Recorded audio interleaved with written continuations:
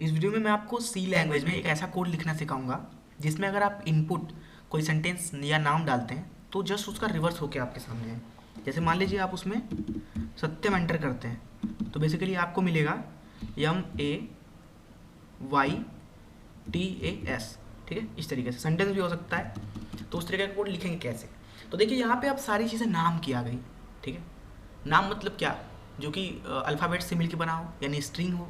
आपको ये पता होना चाहिए कि सी लैंग्वेज में स्पेशली स्ट्रिंग के लिए कोई डाटा टाइप एग्जिस्ट नहीं करता है, बट इनडायरेक्ट वे में हम लोग उसे यूज़ कर लेते हैं एरे के माध्यम से, क्योंकि यहाँ पे जो भी हम लोग चीज़ इनपुट देंगे ग्रुप ऑफ अल्फ़ाबेट्स है, तो इसलिए जो एरे डिफाइन करेंगे वो एक कैरेक्टर एरे होगा।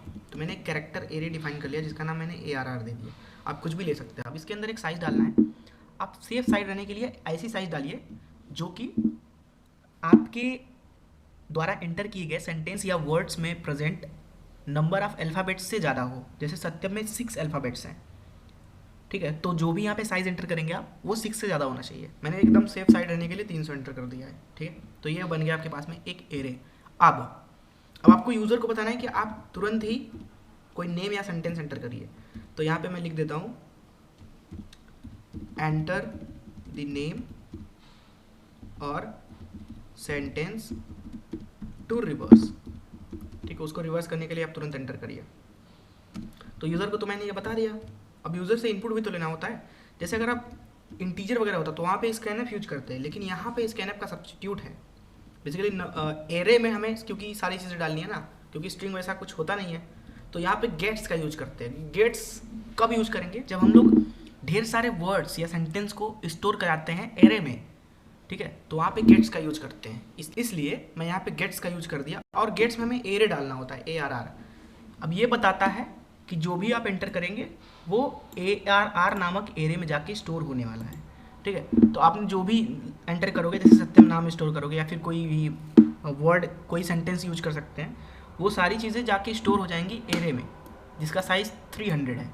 अब आप एक चीज़ ध्यान से रखें याद में, दिमाग में, कुछ भी आप एंटर करोगे, जैसे सत्यम एंटर करते हो तो इसमें 6 अल्फ़ाबेट्स हैं। तो ईच अल्फ़ाबेट जो होगा वो जाके एरे के एलिमेंट्स में जाके स्टोर होगा। जैसे ARR 0, ARR 1, ARR 2, ARR 3, इस तरह से होते होते ARR 299।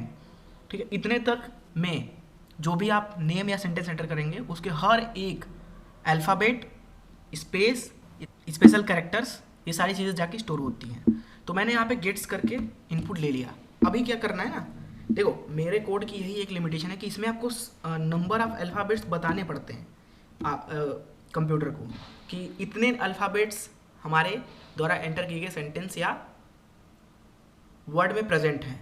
ठीक है, अल्फ़ाबेट्स के साथ साथ उसमें आपको स्पेस आपने कितना यूज़ किया है, कितना स्पेशल कैरेक्टर्स यूज़ किया, उसको भी बताना पड़ता है। तो मैं यहाँ पे लिख लेता हूँ enter the number of characters. अब इस कैरेक्टर्स का मतलब आप ऐसे समझ लीजिए। ठीक है, यहाँ पे कैरेक्टर्स का मतलब ऐसे समझ लीजिए कि स्पेशल कैरेक्टर्स, अल्फ़ाबेट्स, स्पेसेस, ये सारी चीज़ें को का आपको संख्या बताना है, टोटल सम। ठीक है, तो ये मैंने यूज़र को बता दिया कि आप बताएं हमें। अभी आपको समझ में आएगा अच्छे से, डोंट वरी अबाउट इट। अब आपको यहाँ पे स्कैनएफ लेना है एक इनपुट। तो इनपुट लेने के लिए मैं %d का यूज़ करूँगा। ठीक है, और इसको स्टोर करना पड़ेगा किसी एक इंटीजर वेरिएबल में। तो मैं यहाँ पे एक इंटीजर वेरिएबल डिफाइन कर लेता हूँ, int n। ठीक है, उसके बाद यहाँ पे n में हम लोग स्टोर करा देते हैं। बेसिकली जैसे अब ये क्या है, एंटर नंबर ऑफ कैरेक्टर्स। मान लीजिए आपने एंटर किया सत्यम, तो आपको यहाँ पे क्या एंटर करना है, 6, क्योंकि इसमें 6 अल्फ़ाबेट्स हैं। ठीक है, मान लीजिए आप लिखते हैं टीचिंग मी, तो बेसिकली इस केस में आपको कितना एंटर करना है पता है, 6 और यहाँ पे एक अल्फ़ाबेट 7। ठीक है, फिर ये 2। ठीक है, इज जो है वो 2 ले लेगा, फिर यहाँ पे स्पेस जो भी है वो एंटर करेंगे, फिर टीचिंग में कितने हैं, फिर यहाँ एक स्पेस, फिर मी। इस तरह से इन सारों को आपको ऐड करके ही यहाँ पे एंटर करना है, इनपुट देना है। ठीक है, तो ये हो गया। अब देखो मैं क्या करूँगा, रिवर्स करने के लिए सिंपली फॉर लूप यूज करूँगा। अगर आप ध्यान से देखें, मैं आपको कुछ समझाने की कोशिश करूँगा। अगर आप एरे को समझें तो एरे बेसिकली क्या होगा पास में, ARR ऑफ 0, ठीक है, ARR ऑफ 1, ठीक है, ARR ऑफ 2, ठीक है। और इस तरीके से आप जाते जाएंगे, कब तक जाएंगे, ARR ऑफ 299 इस केस में, ठीक है। तो यहाँ पे ये आपका एरे है। तो अगर मान लीजिए आपने 2 तक, यहाँ तक आपने अगर इसके स्पेस को खा लिया, ठीक है, तो आपको प्रिंट कैसे करना है, आपको इस क्रम में प्रिंट करना है, ठीक है। आपने स्टोर किया इस क्रम में, आपको प्रिंट करना है, और आपको प्रिंट करना है इस क्रम में। फिर समझिए, आपने डाटा को स्टोर किस क्रम में किया है, इस क्रम में, राइट जाते हुए, लेकिन आपको प्रिंट करना है लेफ्ट जाते हुए, ठीक है। तो अभी लेफ्ट प्रिंट करने के लिए मैं यहाँ पे फॉर लूप का यूज़ करूँगा। देखिए कितने स्मार्टली मैंने यहाँ पे इंट आई को एक वेरिएबल माना, और यहाँ पे मैं इसको इनिशियलाइज करूँगा n-1 से, और मैं आई को लेके जाऊँगा 0 तक, और हर बार आई को मैं घटाऊँगा, ठीक है। अब इसके अंदर मैं कोड लिख देता हूँ सिंपली, बहुत ही ज़्यादा सिंपली तरीके से, printf %c और यहाँ पे ARR ऑफ i।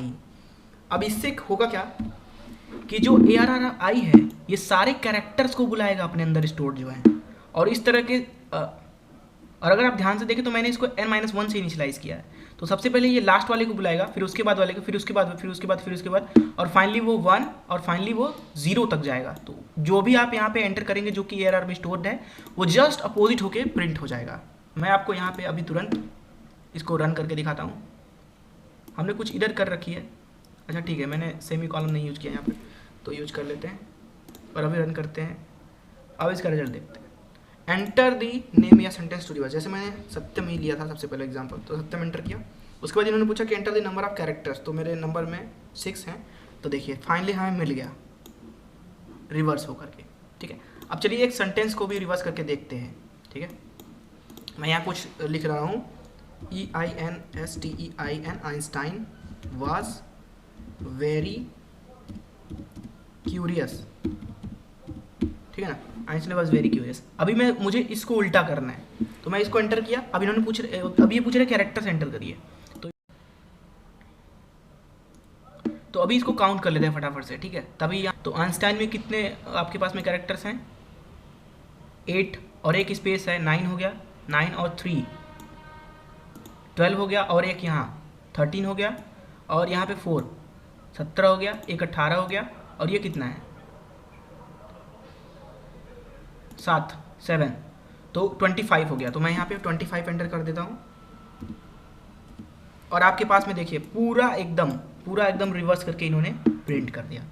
तो this is how you can make a program, very simple program, जिसके थ्रू आप कोई भी एंटर किए गए नाम या सेंटेंस को रिवर्स कर सकते हैं। जो मेरा ये प्रोग्राम, उसमें एक लिमिटेशन है, मुझे हर बार इसमें नंबर ऑफ कैरेक्टर जितना मैंने इनपुट दिया है उसको बताना पड़ेगा, ठीक है। तो इस लिमिटेशन को दूर कैसे करें और वो नया कोड क्या होना चाहिए वो मैं आपको बताऊंगा, लेकिन उसके पहले आप मुझे ये क्वेश्चन का आंसर करें कि इस लिमिटेशन को कैसे दूर किया जा सकता है, ठीक है। तो फिर मिलते हैं नेक्स्ट वीडियो में आपके साथ, तब तक के लिए एक ही चीज़ बोलूँगा आपसे, हैप्पी कोडिंग।